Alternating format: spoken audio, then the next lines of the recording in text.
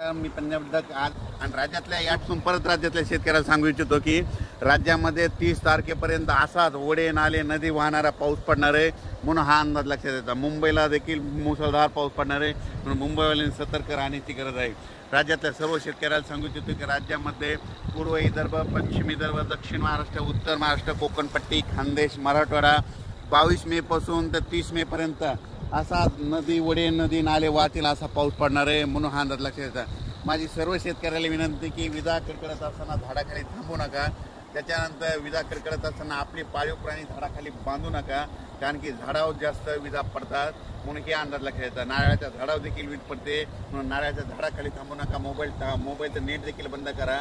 काल देखील 2-3 ठिकाणी मोटरसायकल चालत असताना मोटरसायकल विजा पडलेले 2-3 व्यक्ती महाराष्ट्रातल्या दगावल्यात म्हणून हे देखील लक्षात येतं। आणि राज्यात सांगायचं झालं तर म्हणजे हा पाऊस 30 तारखेपर्यंत दररोज 2-2 दिवस वेगवेगळ्या भागात पडणार आहे आणि जमिनीमध्ये चांगली 1 फूट वर जाणार आहे म्हणून हा अंदाज लक्षात येतं। मग सांगायचं झालं तर हा पाऊस सांगायचं झालं तर सर्वात जास्त मुंबईला पडणार आहे, नाशिककडे पडणार आहे, त्याच्यानंतर कोकणात पडणार आहे, कोल्हापूर, सातारा, पुणे खूप पडणार आहे, म्हणजे नगर जिल्ह्यात देखील खूप पडणार आहे। आणि त्याच्यानंतर मुंबईकरांना सतर्क सांगू इच्छितो की तुमच्या मुंबईलाचं जनजीवन असं विस्कळीत होईल असा म्हणजे 27, 28, 29 देखील पाऊस पडणार आहे म्हणून हा अंदाज लक्षात येतात। राज्यातल्या सर्व शेतकऱ्याला सांगितलं की तुम्ही तुमची स्वतःची काळजी घ्या, आपल्या पाळण्याची काळजी घ्या म्हणून हा अंदाज लक्षात घ्यायचा। आणखीन एक सगळ्यात महत्त्वाचं सांगतो की 15 मे ते 30 मे दरम्यान ज्या गावात जास्त पाऊस पडला त्या गावात पावसाळ्यात जास्त पाऊस पडतो आणि त्या गावाला झुकतं माप राहतं म्हणून हे सगळ्यांनी लक्ष घ्यायचं। हे कोणताच तज्ज्ञ तुम्हाला सांगणार नाही।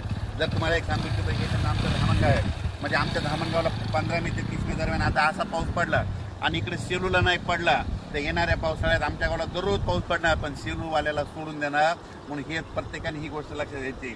ज्या गावाला जास्त पाऊस पडला तिथं जास्त पाऊस पडतो म्हणून हे लक्षात येतं। राज्यातल्या सर्व शेतकऱ्याला सांगू इच्छितो की लगेच उद्याच्याला एक अंदाज दिला जाईल म्हणून हे लक्षात घ्यायचं।